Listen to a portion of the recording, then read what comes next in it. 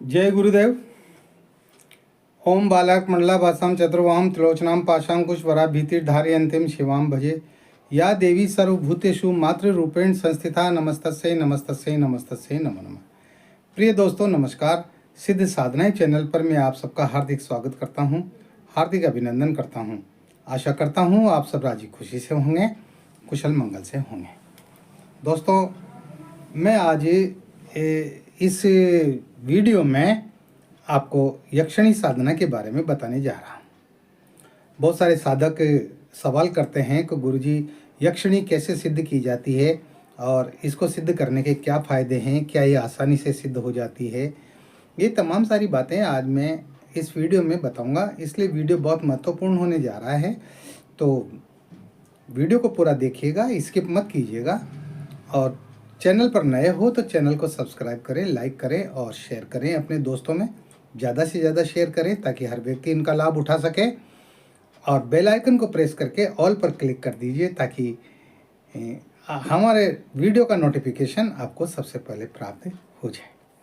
ठीक है दोस्तों, जिस प्रकार से योगिनियाँ होती है, अप्सराएं होती है, किन्नरियाँ होती हैं, उसी तरह से यक्षिणियाँ भी होती हैं। ये भी भगवान शिव की जो है दासियाँ होती है, भगवान शिव की सेवा में रहती हैं, माता पार्वती की सेवा में रहती हैं। यक्षिणियाँ जो है इनको सिद्ध करना कठिन होता है। जिस तरह से अप्सराएं साधारण रूप में सिद्ध हो जाती हैं, किन्नरी साधारण और सरल रूप में सिद्ध हो जाती हैं, यक्षिणियों की साधनाएं कठिन हैं। कोई अगर ये कहे कि यक्षिणियों की साधनाएं बहुत सरल है तो इसका मतलब वो आपसे झूठ बोल रहा है, उसको पूरा ज्ञान यक्षिणियों के बारे में नहीं है। 36 प्रकार की यक्षिणियाँ होती हैं और इन सब की साधनाएं कठिन ही है।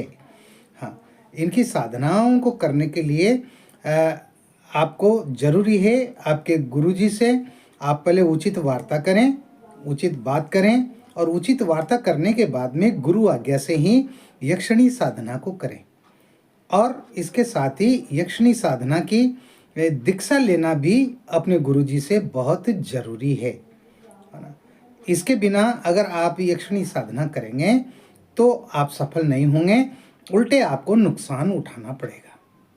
जैसे अप्सरा साधनाओं में अगर कोई त्रुटि हो जाती है, कोई त्रुटि रह भी जाती है, तो अप्सरा साधनाओं में किसी प्रकार का साधक का कोई नुकसान नहीं होता है। लेकिन यदि यक्षिणी साधना में आपसे त्रुटि हो गई तो आपका किसी भी प्रकार का नुकसान हो सकता है, आपका शरीर का नुकसान भी हो सकता है ना। इसलिए यक्षिणी साधनाएं बड़ी सोच समझकर की जाती हैं। यक्षिणी साधनाएं करने के उपरांत अगर ये सिद्ध हो जाती है तो ये साधक की उन तमाम इच्छाओं की पूर्ति कर देती है जो साधक चाहता है। रात सी ठाट बाट पैदा कर देती है, धन दौलत के अंबार लगा देती है, समाज में मान प्रतिष्ठा कायम कर देती है और तमाम सारे भौतिक सुखों को प्रदान कर देती है, करती है। लेकिन इसके साथ में एक ये बात भी निश्चित है कि यदि आप शादीशुदा हैं तो आपका संबंध अपनी पत्नी से टूट जाएगा। आपको हमेशा अपनी पत्नी से अलग रहना पड़ेगा, हमेशा हमेशा के लिए अपनी पत्नी से जुदा होना पड़ेगा, क्योंकि यक्षिणी अपनी जगह पर किसी और औरत को आपके साथ देख ही नहीं सकती। हाँ, इसलिए इसकी साधना को गृहस्थ व्यक्तियों को तो करना ही नहीं चाहिए। जिनके बाल बच्चे हैं, परिवार है, उन लोगों को यक्षिणी साधना नहीं करना चाहिए। ये मैं कह रहा हूँ आपसे। हाँ, फिर आपकी मर्जी, आप जो भी सोचें या YouTube पर और दूसरे वीडियो पढ़ कर के आप जो है करना चाहें तो कर लीजिएगा। लेकिन मैं कहता हूँ कि उसमें आपको नुकसान ही उठाना पड़ेगा। यक्षिणी साधनाएं तीव्र साधनाओं की श्रेणी में मानी जाती है, ये सौम्य साधनाएं नहीं हैं, इसलिए इनको बहुत सोच समझ करके किया जाता है। ये विभिन्न रूपों में प्रकट होती है साधक के सामने। यक्षिणियाँ जो है विकराल रूप में भी प्रकट होती हैं। ऐसा विकराल रूप बना करके आती हैं कि जो है साधक वो घबरा जाता है, डर जाता है, आंखें बंद कर लेता है। उसका रूप देखा नहीं जाता, वो खतरनाक रूप उससे देखा नहीं जाता। तो ये ऐसे सौम्य और ऐसे श्रृंगारमय रूप में भी आती हैं कि आपकी आंखें चौंधिया जाए। हाँ, पूरी तरह से इतनी सुंदर बनकर के आती हैं कि आप देखते ही रहें, देखते ही रहें, देखते ही रहें। ऐसी भी बन के आती हैं ये किसी भी प्रकार का कोई भी रूप धारण कर सकती हैं। हाँ, इनमें ये खास बात होती है और करती ही करती हैं। और इनकी साधना जो है वह सरल नहीं है। मैंने थंबनेल में भी इस बात को लिखा है कि कमज़ोर दिल वाले, कच्चे दिल वाले जो व्यक्ति हैं वह यक्षिणियों की साधनाओं को कदापि न करें। हाँ, मैंने कई लोगों को यक्षिणी की साधना करते हुए और पागल होते हुए देखा है मैंने। मेरा अनुभव बता रहा हूं मैं जिंदगी का। आई बात समझ में? लोग जो है पागल हो जाते हैं इनकी साधनाओं से, क्योंकि वो बिना गुरु के ही और साधना करने लग जाते हैं। गुरु की न तो आज्ञा लेते हैं, न कोई गुरु से, अपने गुरुजी से वो साधना दीक्षा लेते हैं, और बस कहीं किताबों में पढ़ा और या यूट्यूब पर देखा, क्योंकि आजकल तो सोशल मीडिया का ज़माना है। सोशल मीडिया पे हर चीज़ को बड़ा चढ़ा करके उटपटांग पेश किया जा रहा है, किताब खोल करके और किताब में देख करके, और जो है पूरी साधना विधि बता दी जाती है जो कि त्यों, और बस दावा कर दिया जाता है कि इस तरह से साधना सिद्ध हो जाएगी। जबकि मैं कहता हूँ कि ऐसा नहीं होता है। अध्ययन करने के लिए परीक्षाएं पास करनी पड़ती है और स्कूल में, कॉलेज में एडमिशन लेने पड़ते हैं, जहाँ पर गुरु जो होते हैं, टीचर जो होते हैं ना, वो हमें पढ़ाते हैं। हाँ, अनार से जो है वो हमें पढ़ाना शुरू करते हैं और फिर हम किताब पढ़ना सीखते हैं। धीरे धीरे एक एक कदम आगे बढ़ते हैं, तब जाकर के फिर जो है ग्रेजुएशन होता है, पोस्ट ग्रेजुएशन होता है, और विभिन्न प्रकार की डिग्रियां ली जाती है। वो गुरु के सानिध्य में ही होता है भाई, ऐसे नहीं होता है। अगर पुस्तकों को देख करके हर कोई साधक बन जाए, हर कोई जो है महान योगी बन जाए, महान तांत्रिक बन जाए या महान साधक बन जाए, तो ऐसा नहीं होता है ना। ये गुरु के सानिध्य में रह करके ही होता है ना। इसलिए इस बात को कभी न भूलें। तो यक्षिणी साधना, ये मैं मानता हूँ कि वो सब कुछ प्रदान करती है, सब देती है, वो हर चीज़ उपलब्ध कराती है, वो तमाम सारे भौतिक सुख संसाधनों का उपभोग करवाती है वो अपने साधक को, लेकिन वो अपने परिवार से साधक को दूर कर देती है। हाँ, पत्नी के रूप में भी वही आती है। हाँ, पत्नी का धर्म भी वही निभाती है, कभी भी आ जाती है, किसी भी समय आ जाती है, किसी भी रूप में आ जाती है ना।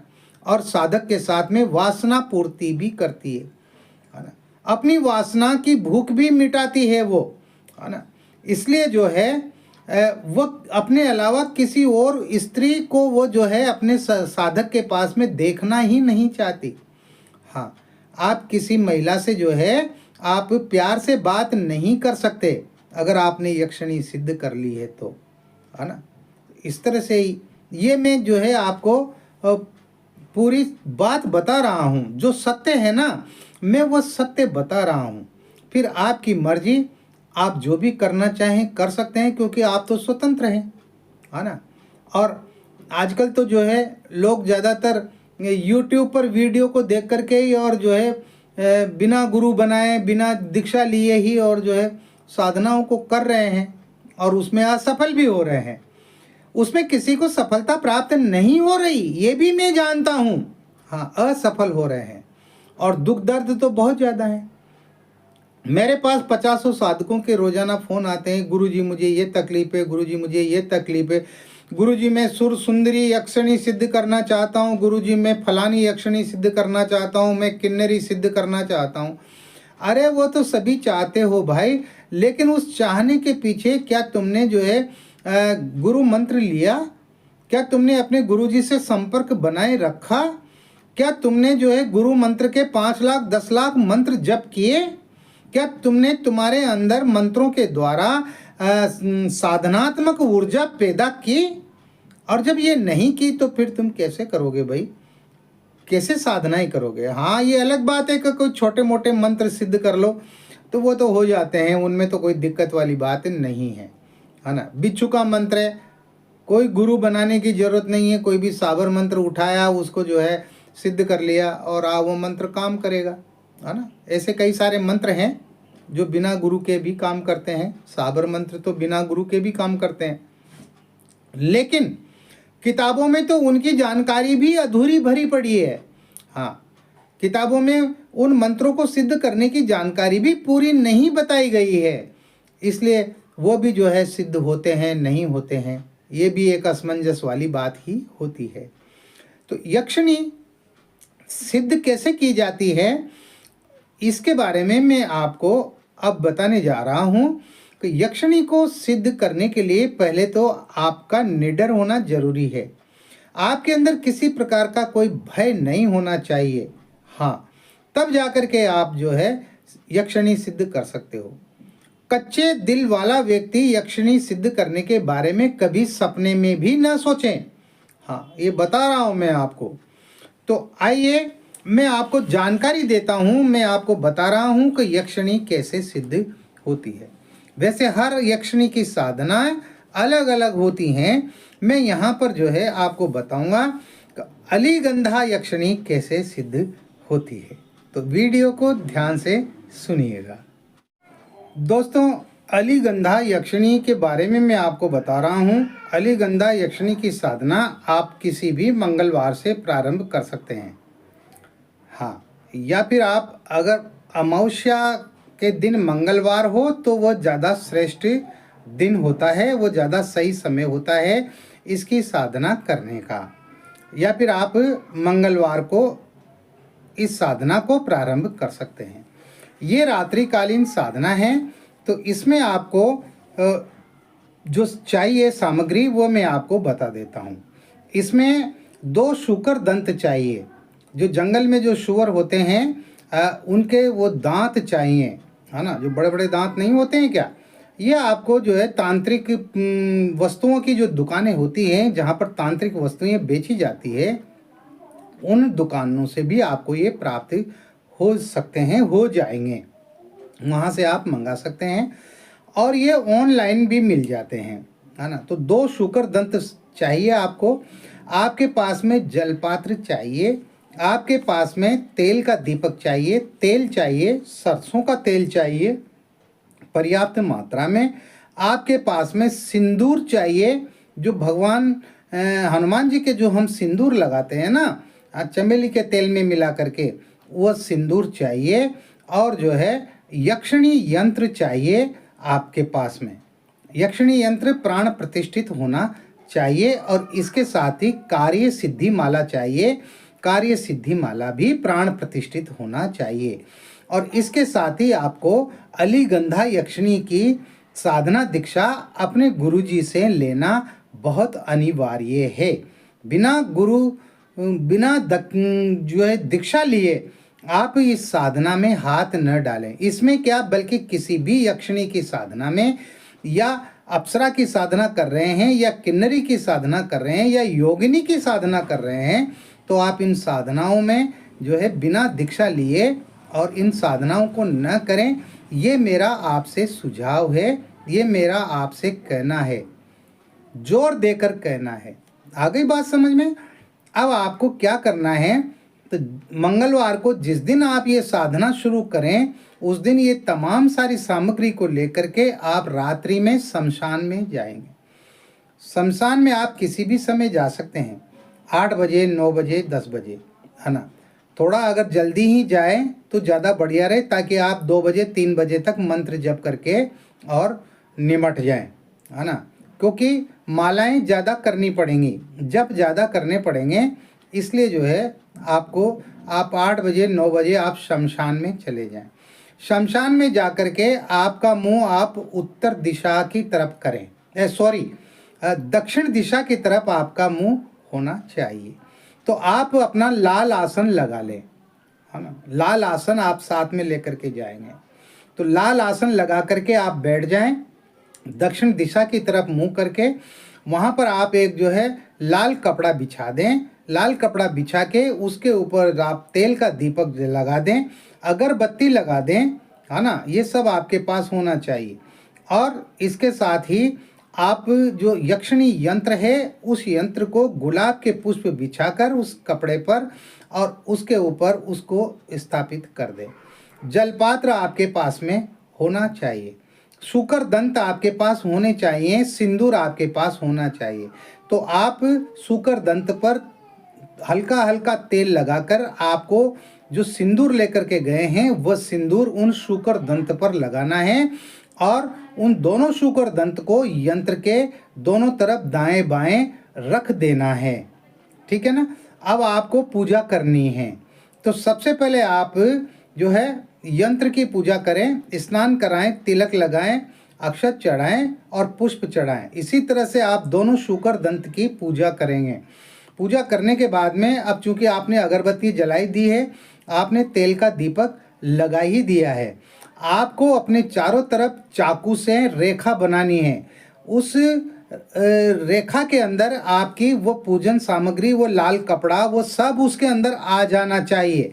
तो चाकू से अपने चारों तरफ आपको जो है रेखा खींचते हुए और आपको जो है ये मंत्र बोलना है।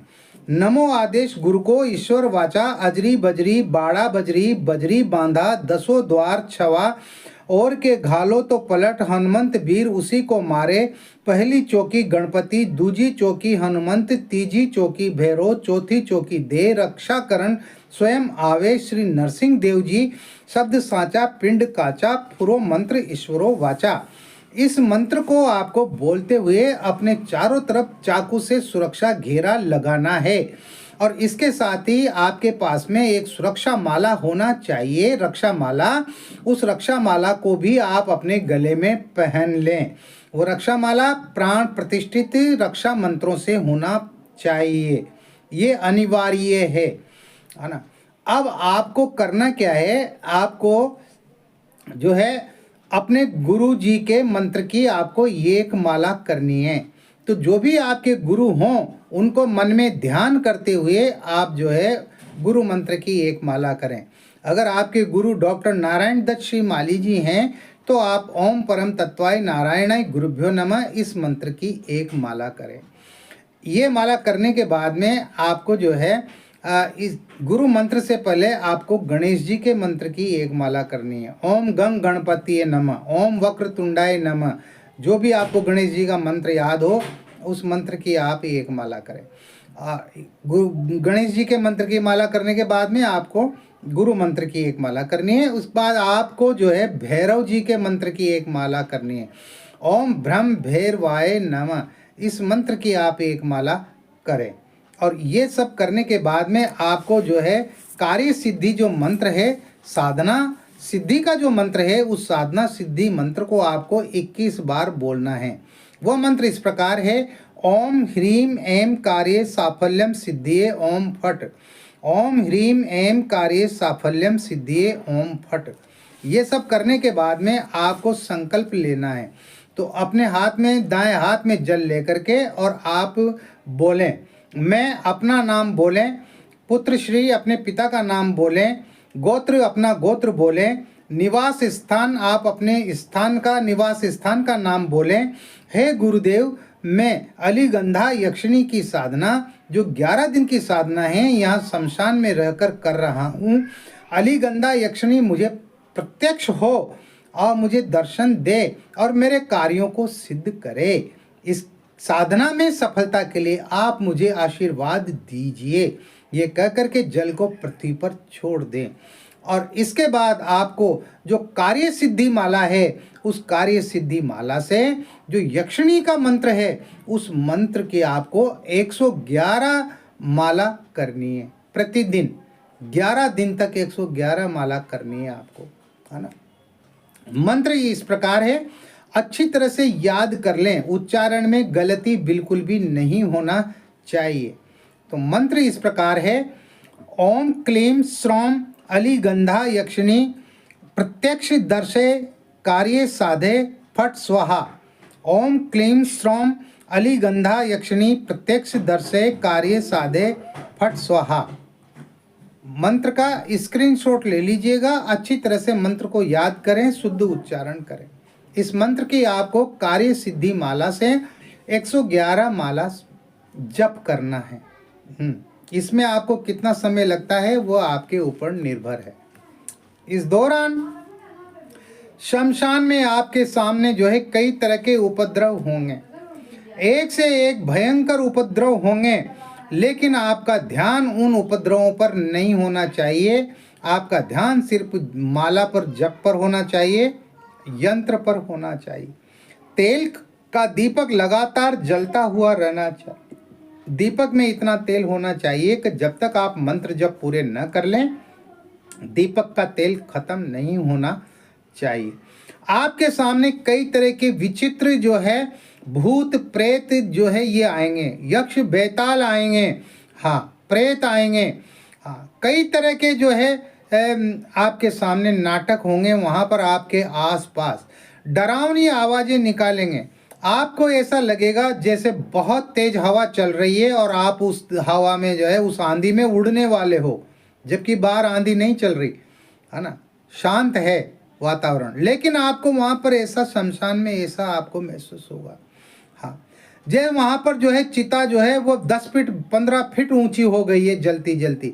वहाँ चिता नहीं है, लेकिन अचानक चिता भी प्रकट हो सकती है जलती हुई, और जो है वो 10 20 30 40 हाथ ऊपर भी आपको दिखाई दे सकती है, इतनी बड़ी भी दिखाई दे सकती है।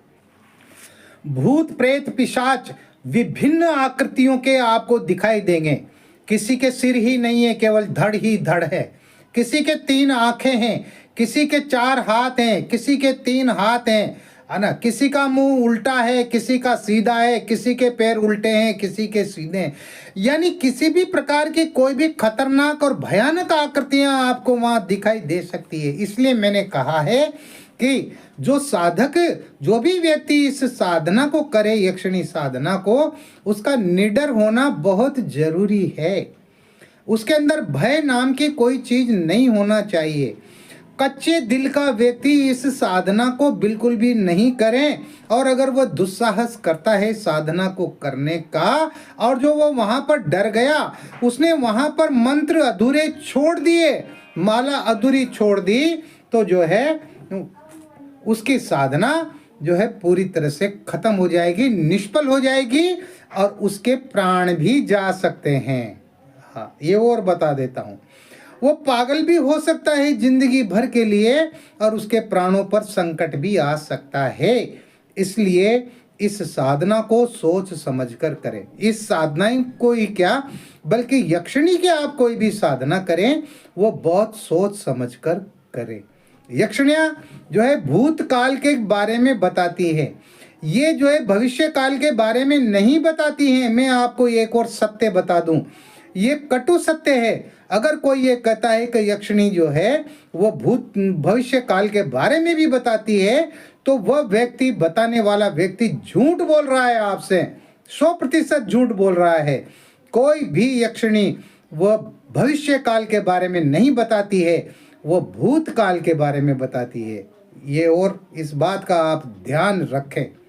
आप मेरी बात को माने तो ठीक, नहीं माने तो ठीक, ये तो आपके ऊपर निर्भर करता है। आप स्वतंत्र है मानने न मानने के लिए, है ना। मेरे कहने का क्या है ना, आप तो सोच लेंगे और ये तो ऐसे ही बकवास करते रहते हैं, ऐसे ही कहते रहते हैं, है ना, ऐसा कुछ नहीं होता, वो कुछ नहीं होता। वो मैंने वो फलाना वीडियो देखा था, उसमें तो उन्होंने जो है कहा था कि जो है वो सब बताती है, भविष्य के बारे में भी बताती है, और यहाँ तो गुरुजी मना कर रहे हैं कि नहीं बताती। ठीक है, आपको जिसकी बात मानना हो आप माने, नहीं मानना हो मत माने, लेकिन मेरा काम आपको सही बात बताना है। मैं बार बार यही कहता हूँ, मेरे इस चैनल पर आपको जो जानकारी मिलेगी वो प्रामाणिक जानकारी मिलेगी, सटीक जानकारी मिलेगी। हाँ, ये मैं कहता हूँ कि यक्षिणी अगर आपसे सिद्ध हो जाती है ना, तो वह आपको किसी भी प्रकार की कोई कमी नहीं रहने देगी, धन धान्य से परिपूर्ण कर देगी। ऐसा कोई काम नहीं धरती का जो वह नहीं कर सकती, वो आपके लिए सब कर देगी, जो कहोगे वह कर देगी वो, है ना। हाँ, लेकिन जैसा कि मैंने बताया आपको, आप अपनी पत्नी से दूर हो जाएंगे हमेशा हमेशा के लिए। आप अपनी पत्नी से बात नहीं कर सकते।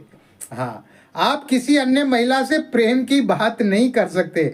आपको प्रेम की बात करना होगा तो यक्षिणी से ही करेंगे। आपको अपनी वासना पूर्ति भी करना होगा तो यक्षिणी से ही करेंगे। और यक्षिणी से क्या करेंगे, वो तो खुद ही आ जाती है वासना पूर्ति करने के लिए वो तो खुद ही हाजिर हो जाती है। वो तो आपको एक रात भी नहीं छोड़ेगी ढीला, है ना। इतनी खतरनाक होती है ये तो, है ना। आप खुद ही परेशान हो जाओगे उससे। अरे इसका तो रोजाना का यही काम हो गया। हाँ, ऐसा भी होता है ना। इस तरह से ये साधना होती है। तो वहां पर डरे नहीं बिल्कुल भी। किसी भी प्रकार के कोई भी कौतुक हो, किसी भी प्रकार की कोई हरकतें हो, आपको कुछ भी दिखाई दे, आपको उन पर ध्यान नहीं देना है। आपको मंत्र जप पर ध्यान देना है। ठीक है। इस तरह से आप 11 दिन तक इस साधना को करेंगे। एक समय आप भोजन करेंगे, है ना। इसके अलावा कुछ भी खाएंगे पिएंगे नहीं। और निश्चित समय पर जाकर के शमशान में ये साधना होगी, है ना। 11वें दिन जब यक्षिणी प्रसन्न हो, अलीगंधा यक्षिणी जब प्रत्यक्ष हो, तो आप जो है उसको वचन मांग लीजिएगा। वो आपको 3 वचन देगी, है ना। उससे कहना कि जब मैं बुलाऊं तब तुम्हें आना पड़ेगा, है ना। हालांकि वो आपकी इस वचन को मानती है कि नहीं मानती, क्योंकि वो तो उसकी मर्जी की मालकिन होती है। वो तो कभी भी आ जाती है बिना बिना बुलाए भी आ जाती है वो तो, है ना। लेकिन आपको वचन में बांधना है उसको। जो कार्य मैं बताऊं वो करना है, मेरे परिवार की सुरक्षा करनी है। इस तरह से आपको 3 वचन ले लेना है। वो आपसे सिद्ध हो जाएगी, वो प्रसन्न हो जाएगी, वो आपके हर कार्य करेगी। आप जब बुलाएंगे तब वो अवश्य आएगी। वो उसकी मर्जी से भी आ सकती है, कभी भी आ सकती है, किसी भी समय आ सकती है 24 घंटे में। लेकिन आप जब बुलाएंगे तब तो उसको आना ही पड़ेगा। इस तरह से जो है 11 दिन में ये साधना शमशान में। इसके बाद आपको क्या करना है कि वो जो यंत्र है और जो दोनों शुक्र दंत है ना, उन दोनों शुक्र दंत को और यंत्र को एक लाल कपड़े में लपेट करके और आपको अपने तिजोरी में रख देना है, संदूक में रख देना है। हाँ, तो जो है वो यक्षिणी हमेशा आपके साथ रहेगी, आपके पास रहेगी। तो इस प्रयोग को जो है आप इस तरह से कर सकते हैं, इस साधना को इस तरह से कर सकते हैं। और फिर जब कोई भी व्यक्ति आपके पास आए, वो अपने बारे में कुछ पूछने के लिए, है ना, तो आप क्या करेंगे, उस शुक्र दंत जो आपने रखे हैं ना, उनको आप बाहर निकाल करके और जो है तेल का दीपक लगाएंगे, 2 अगरबत्ती लगाएंगे और 1 माला इस मंत्र की आप जप करेंगे, तो यक्षिणी जो है वो आपके पास सामने प्रकट हो जाएगी, है ना। आपको दिखाई देगी। और कितने भी 2 10 20 50 100 200 कितने भी लोग बैठे हुए होंगे आपके पास, तो उनको दिखाई नहीं देगी। और जो भी व्यक्ति आपके सामने आएगा उस व्यक्ति के बारे में वो तमाम सारे हालचाल बता देगी, उसकी पूरी जन्म कुंडली खोल करके रख देगी वो, है ना। तो इस तरह से जो है आप अपना कार्य कर सकते हैं, अपने साधक बना सकते हैं, है ना। लोगों की भीड़ इकट्ठी कर सकते हैं, है ना। उनके दुख दर्द ठीक कर सकते हैं। वो उपाय भी बताएगी, वो उपाय आपको बताएगी, आप वो उपाय सामने वाले व्यक्ति को बता दीजिए, बस। जिसमें जो है आपका जो है कार्य चलता रहेगा, करता रहेगा। पैसा किसी से न मांगे, जो अपनी श्रद्धा से जो भी देना चाहे वह ग्रहण कर ले, लेकिन किसी से कार्य करने का 1 रुपया भी नहीं ले, मांगे नहीं। इस प्रकार से जो है ये साधना होती है। और वो तो जो लोग आएंगे तो वो तो जो है कुछ ना कुछ दे करके ही जाते हैं बेचारे। वो तो जो है खाली हाथ तो कोई आता ही नहीं है। हमारे हिंदुस्तान में तो ये प्रथा है कि कहीं भी जाते हैं तो खाली हाथ जाते नहीं। अरे भगवान के मंदिर में भी जाते हैं तो वहाँ पर भी जो है पुष्प लेके जाते हैं, मिठाई लेके जाते हैं, और जो है 5 रुपया 10 रुपया 20 रुपया जिसकी जो श्रद्धा होती है वो जो है दान पेटी में डालता ही है, भगवान के चरणों में चढ़ाता ही है ना। तो ये तो हमारी जो है भारतीय परंपरा है। तो इस तरह से जो है ये साधना संपन्न होती है। और ये साधक के जो है जो भी कार्य होते हैं, साधक जिस भी कार्य को करने के लिए कहता है ना, उस कार्य को ये तुरंत कर देती है, देर नहीं करती बिल्कुल भी, हाथों हाथ कर देती है। इस तरह से जो है ये साधना संपन्न होती है, अलीगंधा यक्षिणी की साधना, जिसकी पूरी कार्य विधि मैंने आपको इस वीडियो में बताई। अब आपको करना है तो कीजिए इस साधना को, है ना। डरिए नहीं। मैंने आपको इस साधना के मार्फत मैंने आपको डराया नहीं है। मैंने तो जो साधनाओं के दौरान जो अनुभव होते हैं ना, उन अनुभवों को बताया है। और निडर व्यक्ति ही साधना ही करता है ना। जो डरपोक होगा वो तो जो है वो तो कोई मंत्र भी सिद्ध नहीं कर सकता, है ना। वो तो हनुमान जी के मंदिर पे जाकर के भी सिद्ध नहीं कर सकता, है ना। जबकि वहाँ तो भगवान बैठे हुए हैं, लेकिन रात में जो है 11 बजे हनुमान जी के मंदिर पे जाके इस मंत्र की जो है 5 माला करनी है, तो जो डरपोक व्यक्ति होगा वो तो वहाँ भगवान हनुमान जी के मंदिर पे जाकर के भी वो तो 5 मालाएं भी नहीं कर सकता, है ना। तो साधनाओं में तो निडर रहना पड़ता है और बिना भय के साधना कीजिए। आपके साथ आपके गुरु मौजूद रहते हैं, प्रत्यक्ष अप्रत्यक्ष तौर पर। आपके जो मंत्र होते हैं, रक्षा मंत्र होते हैं, वो मंत्र आपकी शक्तियाँ आपके साथ में मौजूद होती है। आपका जो इष्ट है वो इष्ट आपकी सहायता करते हैं भाई। इसलिए जो है डरने की तो कोई बात ही नहीं है। और जो डर गया ना, समझो उसकी तो ज़िंदगी ख़त्म है। वो तो उसे तो मैं इंसान ही नहीं मानता। जो व्यक्ति डरपोक है ना, उसे तो मैं इंसान ही नहीं मानता, है ना। और ऐसे जो है लोगों से मैं बात करना भी पसंद नहीं करता। जो डरपोक है, निडर व्यक्ति होना चाहिए, है ना। तो इस तरह से ये साधना होती है। किसी भी प्रकार की कोई जानकारी लेना है, कुछ पूछना है, तो व्हाट्सअप नंबर जो चल रहे हैं स्क्रीन पर, आप इन पर मुझसे मैसेज कर सकते हैं। आप कॉल करके बात भी कर सकते हैं, है ना। किसी भी प्रकार की कोई समस्या हो तो आप पूछ सकते हैं। मैं कोशिश करूँगा आपकी हर समस्या का समाधान करने की। तो इस वीडियो को मैं यहीं पर विश्राम दे रहा हूँ। आप खुश रहें, प्रसन्न रहें, हंसते रहें, मुस्कुराते रहें। जय गुरुदेव।